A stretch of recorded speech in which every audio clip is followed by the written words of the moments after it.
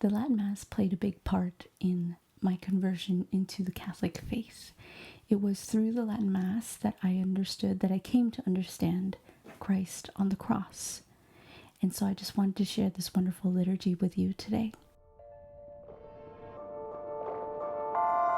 Hi, my name is Alexis and welcome to Cum Caritas, where we discover, defend, and live the Catholic faith. My husband is French, as I've said before, and during our conversion we were still living in Toronto. And in Toronto there are masses that were offered in French and in English. I'm fluent in French, he's fluent in English, so the language wasn't really a problem in terms of understanding the liturgy, the words, I mean. But for my husband, the thing that was a little weird was hearing Mass in English. Because my husband thinks in French, it was really weird for him to go to Masses in English. As for me, I thought, well, the Mass is a Mass. I didn't know much about the Latin Mass, and there was no difference between the two. As I've mentioned, my husband is very much into history and he heard of the Latin Mass. So one day he convinced me to go. And I was very hesitant just because I thought, well, I barely understand why we have Mass. Yes, I understand the reason why, but I don't understand why it would have to be in Latin. What would make it better? But he convinced me, and so one day we went. We go to St. Lawrence the Martyr Church. And it looked like any other church, except until we opened the doors to the chapel. And that's where I saw a really big difference compared to all the Novus Ordo Masses I had been to. We opened the door and it was just silence. And it was such an impressive thing to see. And to hear silence in a church. You would think, yes, in empty churches it makes sense that it's silent, but in a church with people, it was almost weird. It was almost bizarre hearing the silence. And I distinctly remember seeing men and women not separate, but they looked different. And the thing that was really different was that the women were all veiled. If not, they wore a hat. And I thought, wow, you can see the women and the men, and they didn't look oppressed. They didn't look like they didn't want to be there, that they were just submissive, and not in the sense that women should be submissive, but in the negative connotation of that word. Everybody just looked so peaceful. And I loved seeing that there were men and women, and you can tell which one was the man, which one was the woman. And everybody was just focused on God in everything. That's the biggest difference, I guess. When you go to a Latin Mass, the altar is facing the cross. The priest doesn't face the congregation when the Mass is going on. So it was so silent, and there was just such reverence for God's home, for this church. Everybody was just praying quietly and just so focused on God. And I thought it was amazing. And when I saw the women veiled, I just wanted to be like them. I felt so underdressed. And that was another thing. So I came from Mormonism.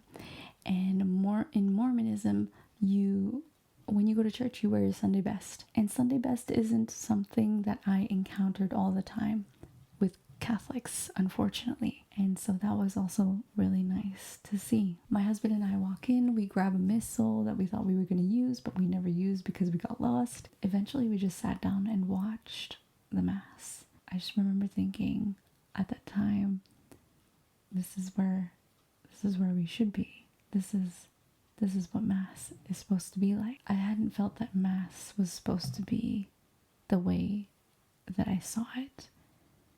But this time it was because I had never gone to mass. I did go to a few masses when I was younger, but I was too young to remember any of it really. I never had this experience of just such focus and reverence for God, and it was amazing. Even though we hardly understood what was going on, like there was standing, kneeling, and we just felt really, really lost. Even though we felt really lost, we only went to Latin Mass from then on, and that played a big part in our conversion. Here's a theory of why I think the Latin Mass is very appealing to people my generation and younger. One reason is that it's timeless. It really is. I feel like you just have to be there to understand. It just feels like when you're there, time stops, and it's as if you're participating in something that is just in the moment. The focus is, like I said, the focus is just on God, and there's nothing else really.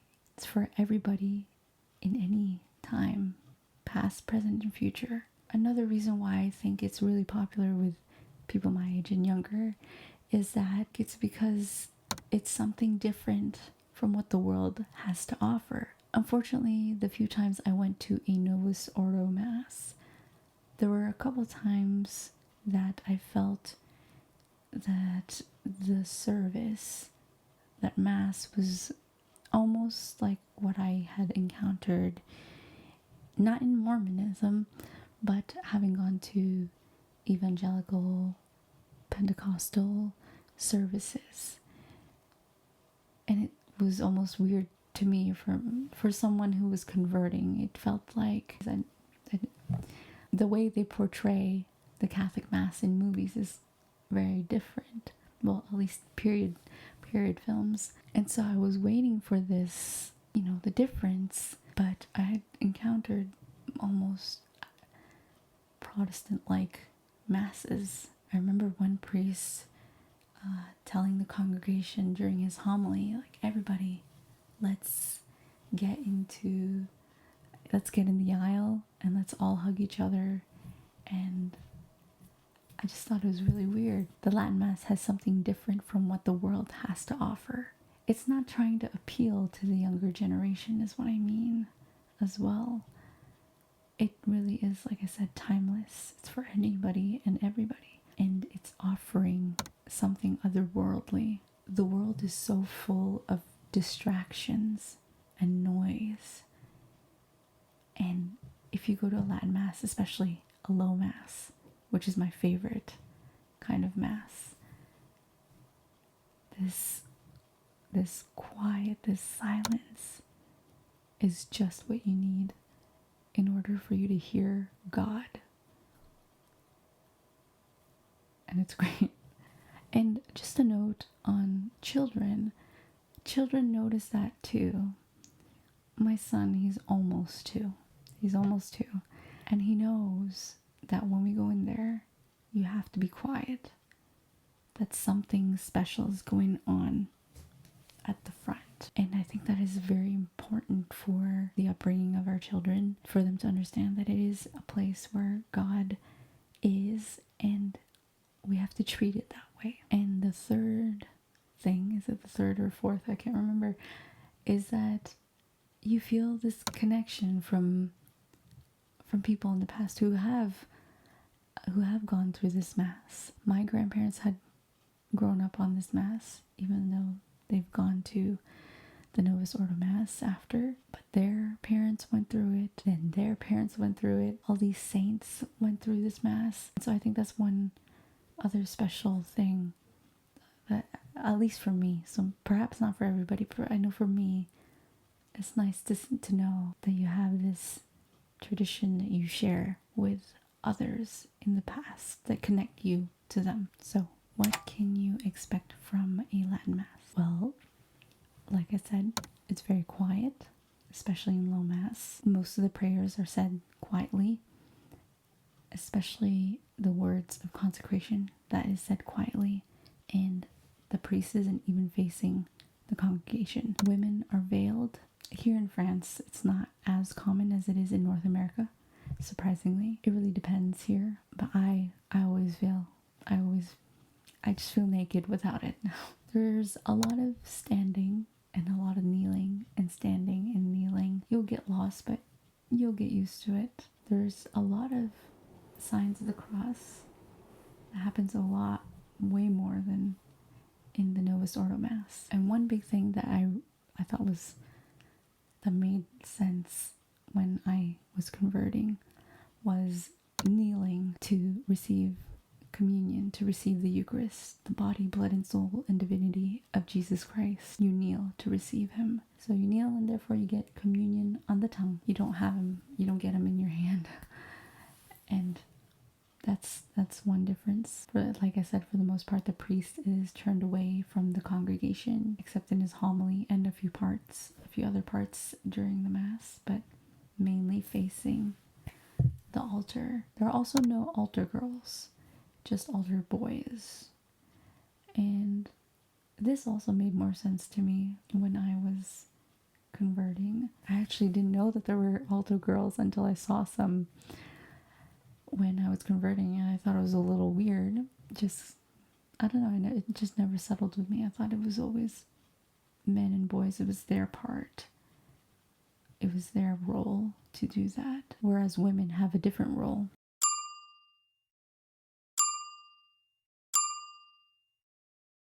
So those are just a few of the differences you might see when you go to a Latin Mass. So why do I love the Latin Mass?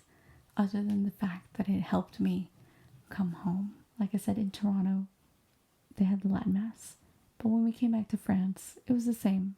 The Mass was exactly the same. The only difference was the homily, but everything else was the same. It really is universal. You think, okay, well, I don't understand Latin, but you grow to know it and you grow to love it. And then whenever you travel and whenever a Latin Mass is offered, you go and it's exactly like the one you had at home, except for the homily, which is in the vernacular. And that's such a wonderful feeling. It really does feel Catholic, universal. And that's one reason why I love the Latin Mass.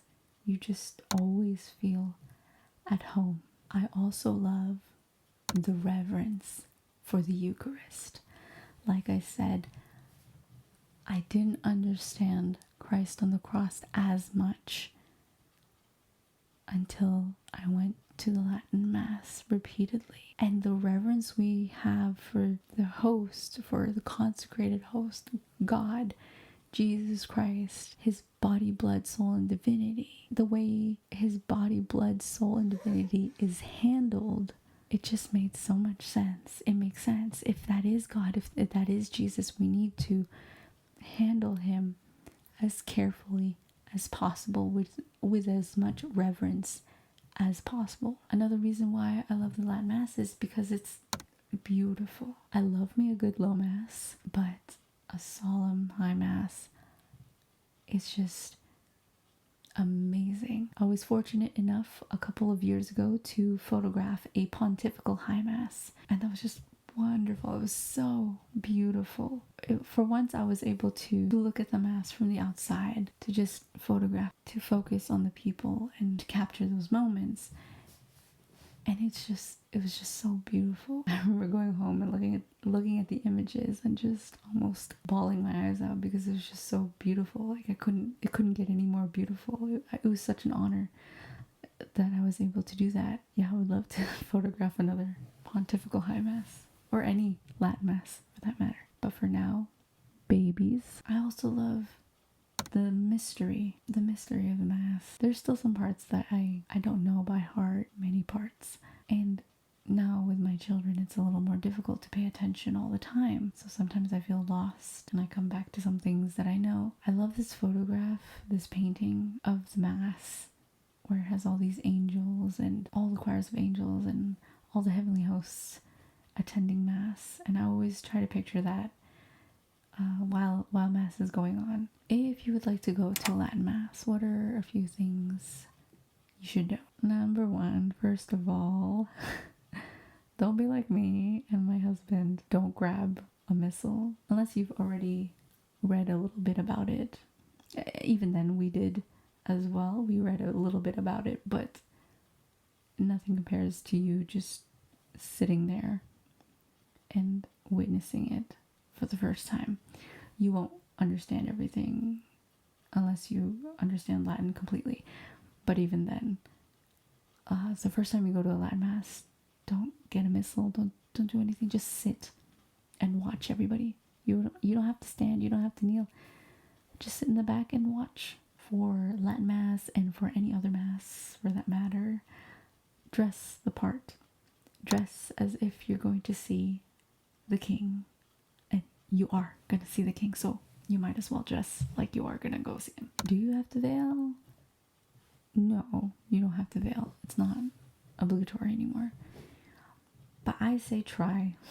For me, when I put the veil on, it helps me prepare my mind. It helps me humble myself before the Lord in his house. It helps me remember that I am a woman and I'm here to be submissive to God. Whenever I veil, I always think of Mother Mary and how she was always veiled.